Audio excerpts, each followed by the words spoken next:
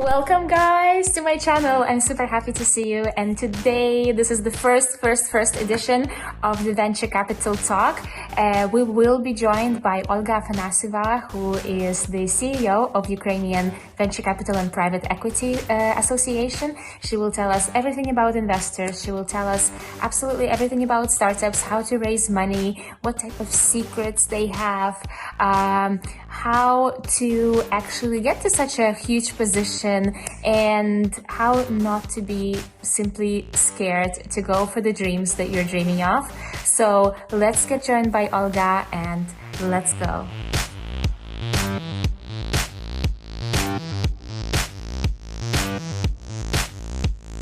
Finally, we are joined by Olga Afanasyeva from UVCA, which is the Ukrainian Venture Capital and Private Equity Association.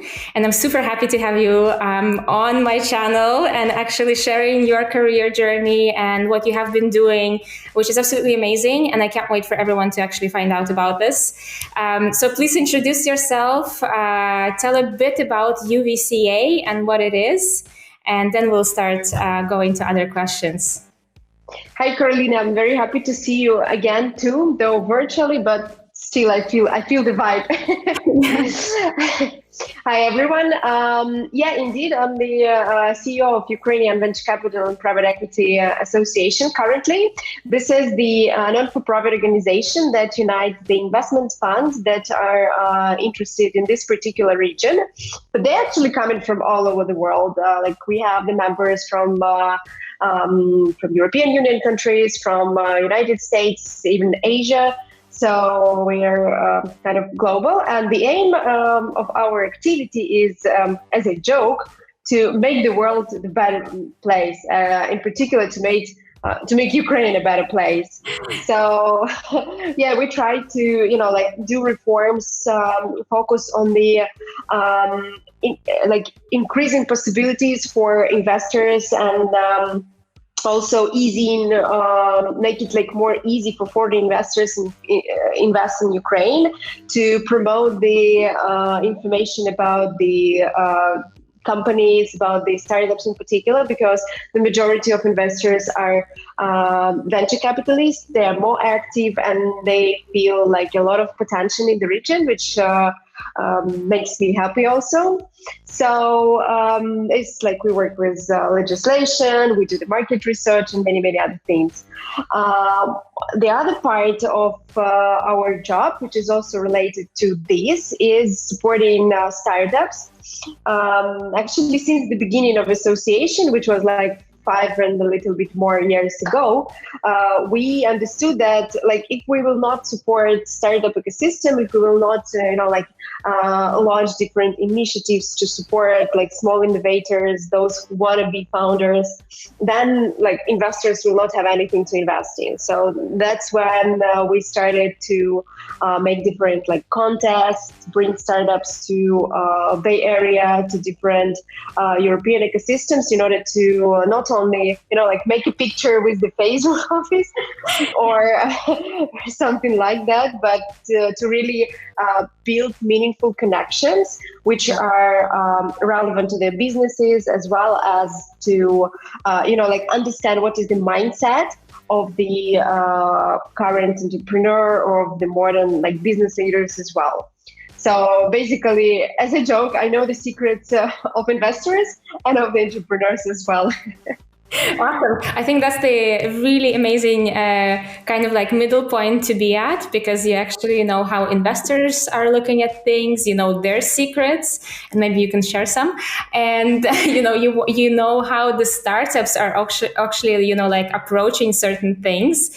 But I kind of want to get to know a bit. There is venture capital side, there's obviously startup side, but I kind of want to get to know a bit, how does association like this actually start, right? Does every single country has a VC and private equity association? Is it something that the government kind of, starts and then funds? How do you guys run? How many people do you have? Yeah, it's a very good question, because when association was actually created, I didn't know anything about that and like, okay, association something. But like when I joined, it was almost at the beginning. It was in 2014 when our country had not the best times. Our country was in the condition of war, basically, with our neighboring country. The venture capital industry, private equity, was definitely not the priority for the government.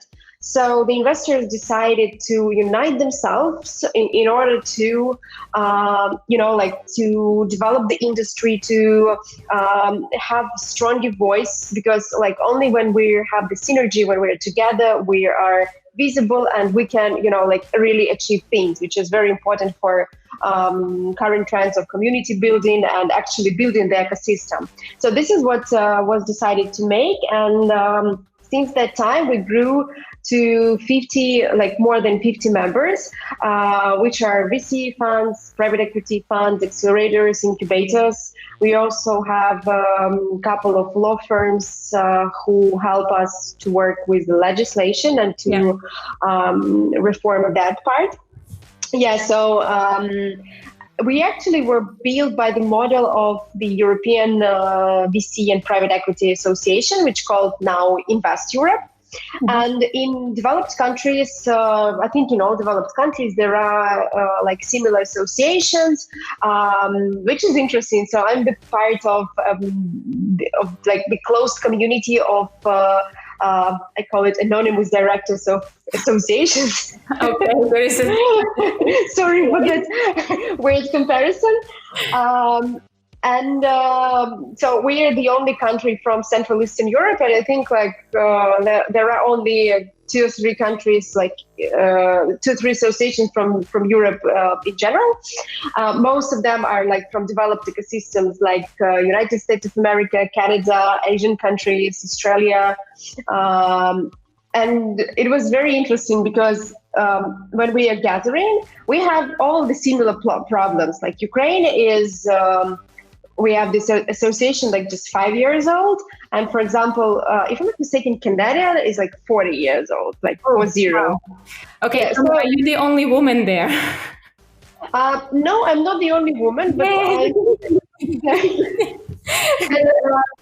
yeah, there are few women actually. It's more or less gender balance, which is also good news. Women empowerment. Yes. In Ukraine, we focus more on venture capital in our activity. Many of, like these more older associations, they have the focus of on private equity. But I think this is something that they're coming to, the understanding the necessity of developing startup ecosystem, of helping like to like emerge more of venture capitalists and all these things. Awesome, awesome. But how are you funded? Who is funding you? Who is funding the association? Is it the government or is it actually the venture capitalists, right? Yeah, we're totally private initiative, and we don't have the financing from the government. I think this is pretty more like the same model everywhere. Usually it's not governmental, but maybe in some countries of European Union, they have the support of EU itself, like European Commission fund. Well, probably from the government as well, but usually it's like the private initiative. Okay, so let's say I'm a VC, right? And I would like to go into the association of UVCA, and I would pay a fee on like monthly basis or yearly basis to be part of the association, right? To become like a partner or a member. And what do I get, when I step into the membership? What are the kind of tricks? So you do like different market researches. You probably have some startups, that you can maybe introduce them to. I would imagine maybe you take them to different conferences or different activities. But what else is there? So I would divide it into 2 parts. First is like more macro level, and the second is like more business level. For macro level this is the GR, basically government relations, because We communicate and we work closely with the profile ministries, with other institutions which are relevant for supporting the market and articulating the voice of the industry. And we're encouraging our members to take part in it, to share their pains, their problems, as well as their experience on what can be done better, what can be improved, and so on. And the other part, and of course, in that part, I will include promoting and changing the perception about the Ukraine, because if you're the company or the fund from Ukraine, it's important for you not only to think about the business itself, like business needs, like increasing the revenues and so on, but also about the making the image of Ukraine better, because at the end, we all will benefit from that, and this particular company or a fund as well. Yeah.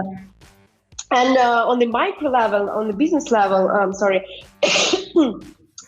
this is providing opportunities for meeting with other investors, for meeting with the companies, because as you greatly mentioned, we are having these opportunities for companies. We bring them to different conferences and so on, and we usually do these tours, like together, mixed tours, together investors and startups. And this is a great chance to to meet the founders and to spend, like when you spend with the founders, this 9 days in the conditions in which you are usually not living. This is a great chance to see, to understand what is inside, and to make a decision to invest in the company or not. And we do have success stories on that during our trips, when investors invested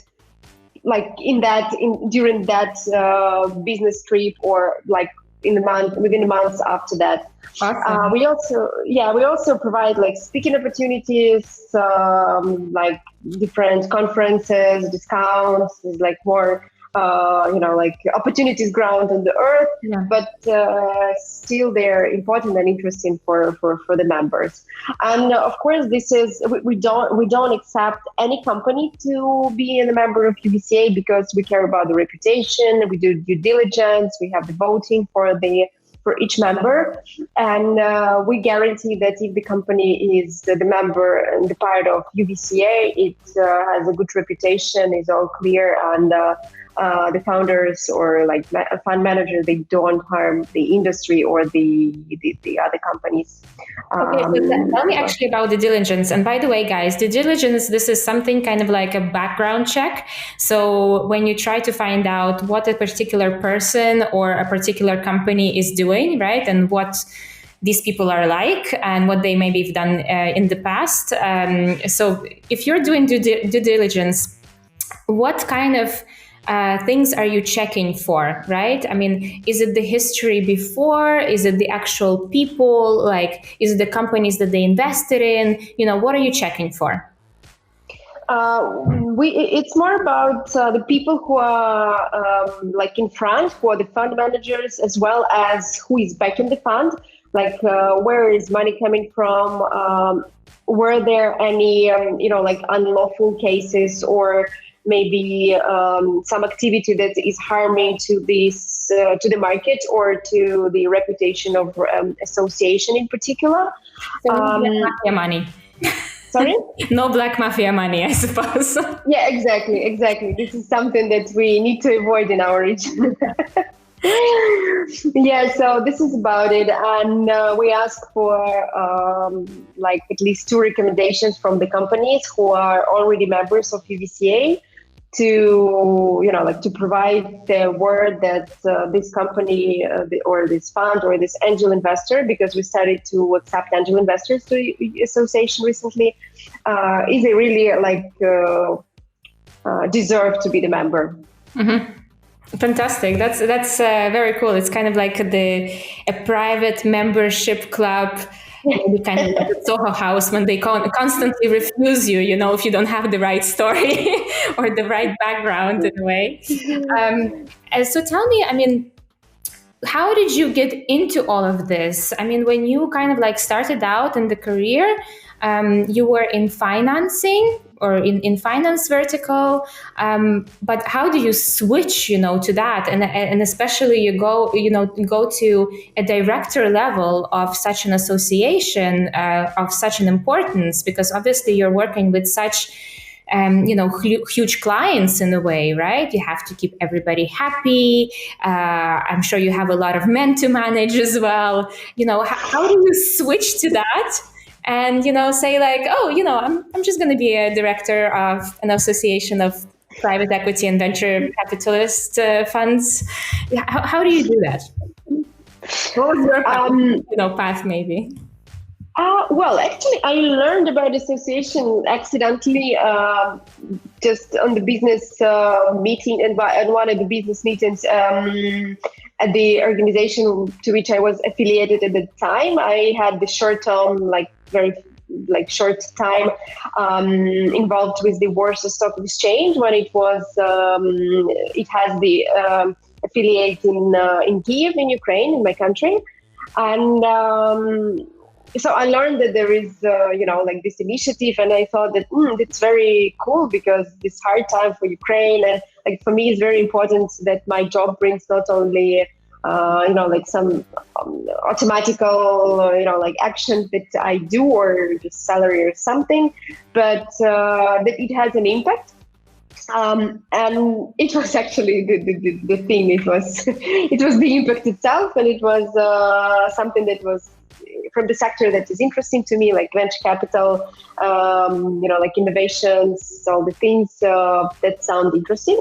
And before that, in my previous life, as a joke, which is still with me, I think it's forever, I was the lecturer and the researcher. So I was working in the academia sector, and there are many similarities in that. I actually like to compare. I was the lecturer, I was communicating with the students, exams, all the things that we're used to, and everyone knows that, guys. Yeah. So, and here are the investors and the companies that want to get this investment. Yeah, and the similarities, the line is that investor is something, the role of investor is similar to the role of lecturer, and the role of the entrepreneur who is raising the capital is similar to the student who wants to have a good mark. Yeah. So you're kind of a teacher in the phone. Sometimes I think investors really feel that, and I've been writing this post a couple of years ago on Facebook, and I got a lot of feedback from the people, from 500 startups, who agreed that this is really like that. And so one of the ladies, she was previously the lecturer, and she said, yes, I feel the same. Now at that time she was at 500 startups.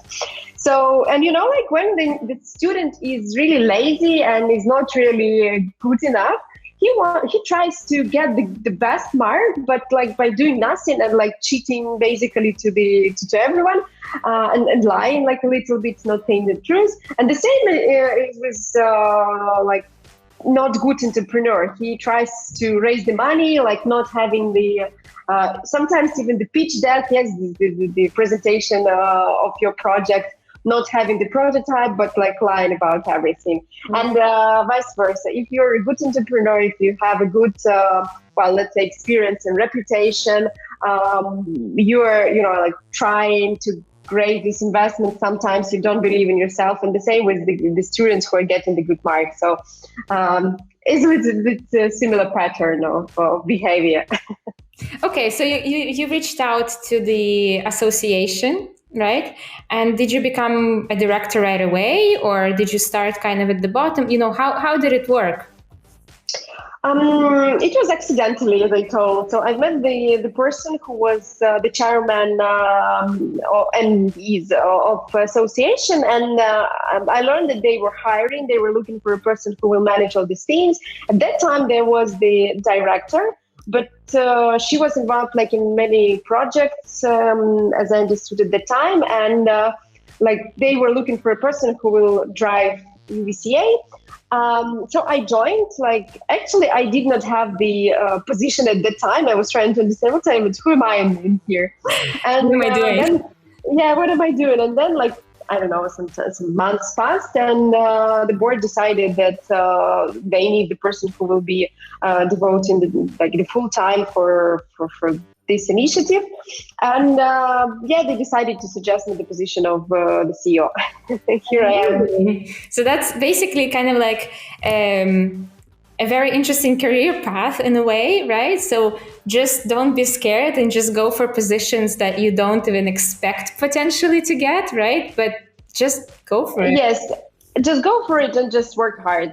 This is my results. Results matter. The results really matter. Yeah, results and the efforts you put, because I know, probably I know that there are cases, or maybe I've read that there are cases when it's just luck, but I'm sure, like, from what I know from my experience and from experience with my colleagues and friends, usually this is the hard work that pays off sooner or later. Yeah. Okay, and tell me a bit, like, is there any, I don't know, little secrets you can tell us about the venture capitalists? You don't have to name names, but maybe some funny stories or some fuck ups that you can share secretly. Oh, well, I will think about it in the background of my mind. I suggest that we move to the other question. Meantime, I will think, because it's really hard. Meantime, your brain is working. Okay. Yeah, like you put the speak in it. Okay. And in terms of, let's say, the VCs that you have in the association, what kind of companies are they mainly investing into? Is it just the Ukrainian companies or like CIS countries, or do they invest abroad as well? Kind of what is the percentage? Maybe So answering your question, definitely our members, many of our members invest not only in Ukraine and not only CIS or CE region, but beyond. What attracts them to us is that they're interested in the region in particular. We have the funds from Ukraine who invest not only here in the country or the neighboring countries, but also in the startups from like United States of America or Germany or some others. So basically they're geographical agnostic.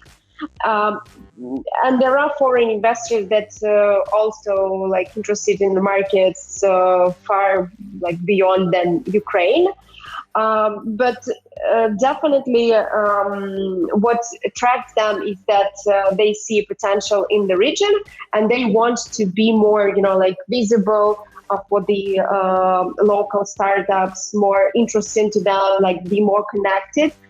And this is one of the benefits that association gives, because you're of course you can come to Ukraine and invest alone or find the partners yourself. I mean, this is doable, but it's more difficult because it's like when you're coming to the unknown place and when you're alone, basically, even if you have your agent or associate in the country, you don't feel that much as when you are the part of the crowd with a good quality. Yeah. Amazing. And, maybe you can also name a couple of, like, let's say, really well-known venture capitalists in Ukraine, because, I know only a few, but maybe there are some that I don't even know of, that, either have, like, really large funds, right, which are millions and millions of euros or hryvnias, and that have really done a lot of great investments that are maybe even known worldwide. So one of the first venture capital funds was A Ventures Capital. Mm-hmm. They've invested in quite a lot of companies. Also in IT companies, like not startups themselves, but like tech companies. Also, one of the most active, I think, during the last year was Genesis. This is the fund of the company, which is like tech company. So it's basically like CVC, like corporate venture capital fund. They were quite active last year and a half even. Like they still continue to announce deals. Who else? the biggest private equity fund in Ukraine, and one of the fewest actually, is Horizon Capital. They are also one of our founding members, and they support a lot of the initiatives that we started several years ago in order to promote the investment opportunities of Ukraine, to show it in better light. For example, for Ukraine House Davos, which we organize alongside the World Economic Forum, and is actually led and founded by women as well. Yeah, I mean, you're also a co-organizer of the Ukrainian House in Davos. So this is a fantastic job. Obviously, congratulations, because this is also, I can imagine that it's a lot of work to co-organize it. But I'm super, actually excited to see, that women are driving such amazing positions and such powerful positions. And I really hope to see and to also interview way more women in this sector, and hopefully inspire others to actually come into the sector of investment and be part of it and actually get interested in it. Because I feel like we haven't really talked about it so much, right? It has been kind of like such a close club that you didn't really know much unless you were really in these circles. And I really want for others to actually find out a bit about venture capital, about private equity, how to get into the game, and how to really play the game, right? Because it is a game at the end. And maybe some might say that it's luck, just like you said, when you invest into one company or another. But there is also a mind game, right, that you have to play with the numbers and really understanding what you're investing in. Could it be a potential good investment or not? Does it fit the market, or does it fit the markets that you want to go to? So it's a super interesting topic. And I would love to actually know how, venture capitalists, maybe you know this or maybe you don't, how venture capitalists actually fit their vertical. How do they choose their vertical? Is it mainly supported by the people that are driving the venture fund and what they know? Or how do they choose a vertical? I mean, I'm going to say I want to invest only in IT companies or deep tech companies, or I'm going to invest just in e-commerce. This is going to be my niche. What drives them to actually pick what they invest in? Usually it comes from the experience of the fund managers, or if it's your own money that you invest. So it comes from that. For example, if you're the founder of the blog, you can make videos about, I don't know, about space and medical tech, but probably you will lack a lot of knowledge. I mean, I don't want to offend you. Maybe you're a doctor, which I missed, or maybe you never know. You never know. Yeah, that's why I'm double checking. Trying to be certain.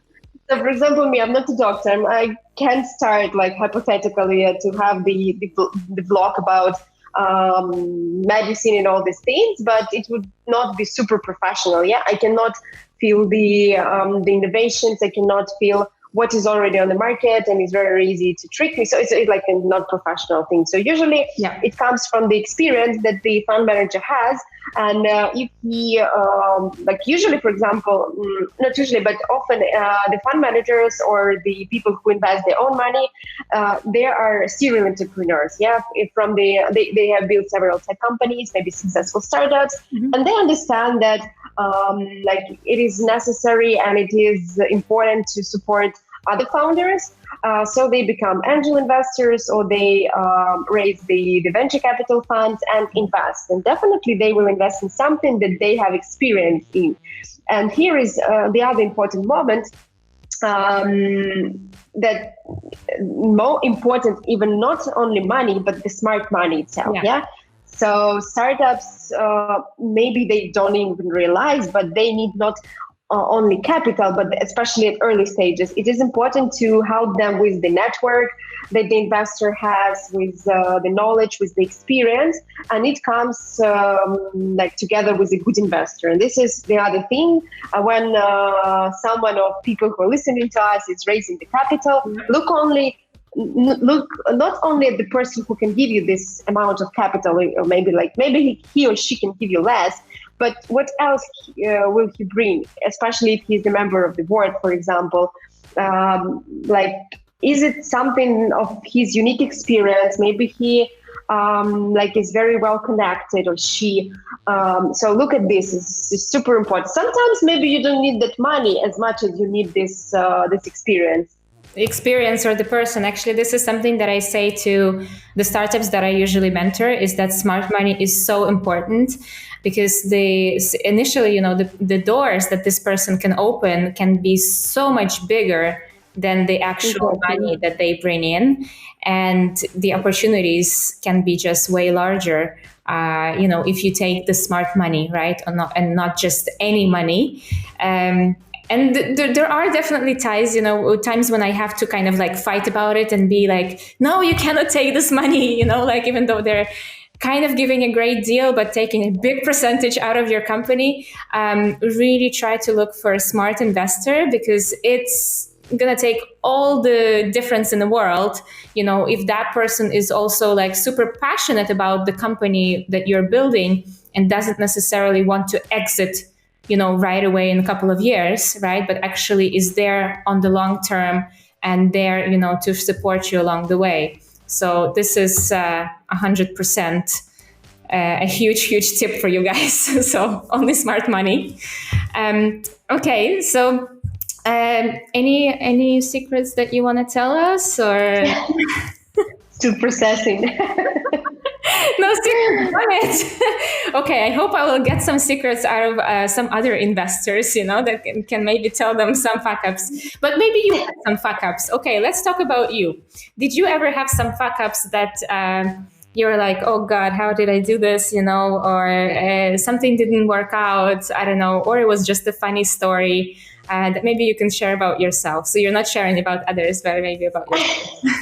No, the problem is that it's very difficult to remember the funny story or something particular when you're when it's just, from the scratch, I would say. So it is somewhere archived in my mind, but it's very difficult to remember in that particular moment. It's like on the exam, Okay, but you also had a really fantastic TED Talk last year, if I'm not mistaken. Mm-hmm. Yeah, actually, it was roughly a year ago on this day. Yeah. And how was preparation for that? Because it's also not so easy to do a TED Talk, and I understand that there is huge preparation.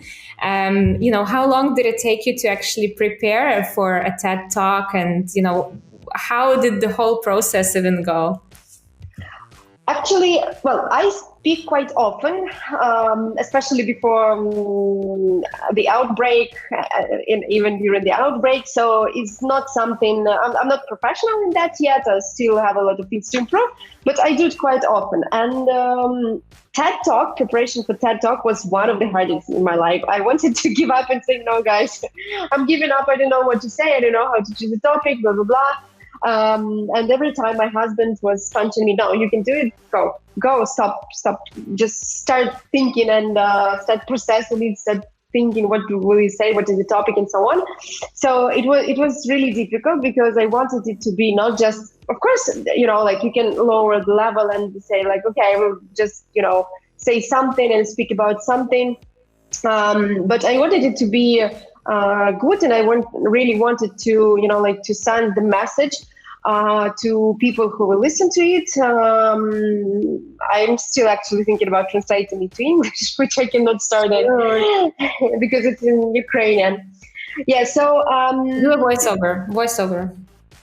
Yeah, probably. So I spent quite a lot of time. I was speaking to people from many countries, like from Italy, from Switzerland, from Ukraine, from US, in order to, shape my message. But I really recommend this experience because it it highlights a lot of things that are in your head and things that you will want to improve. It's about speaking, about formulating, about the ideas that you are having, about like, is it important or not? So I really recommend to have such an experience one day. Awesome. To everyone. Let's do, I think we're kind of like running out of time, so we don't do it too long, but maybe some last tips, for anyone who is looking to raise some money or create their own company.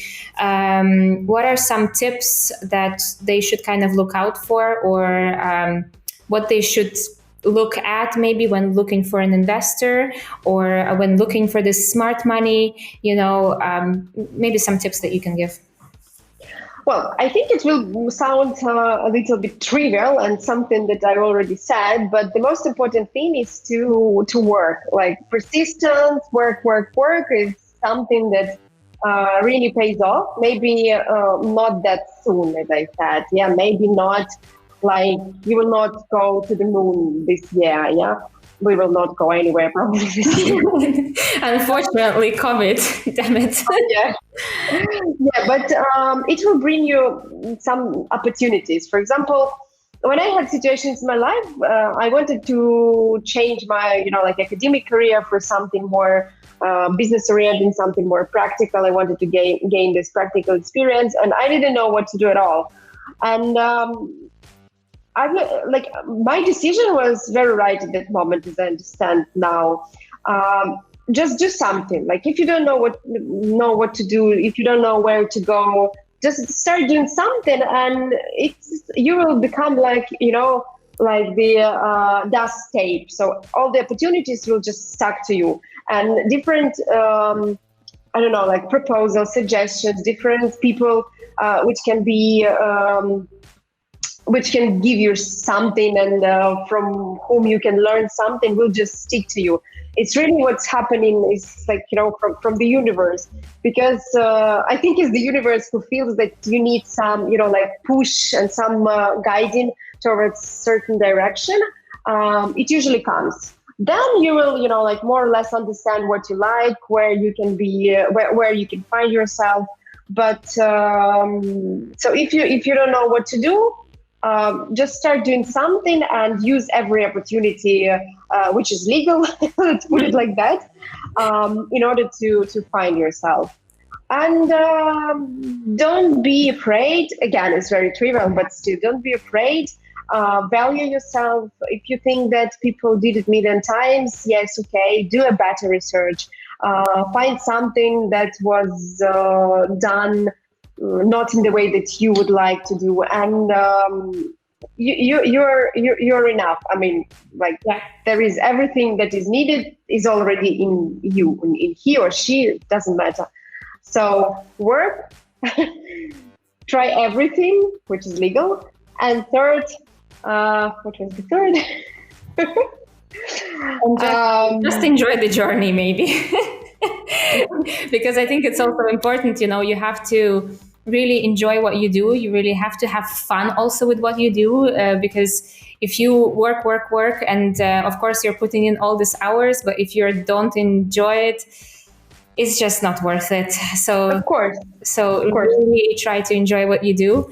Thank you so much. This has been really, really great. I will leave all the details for Olga. You can hit her up and maybe ask her questions directly. I'm sure she will answer as well.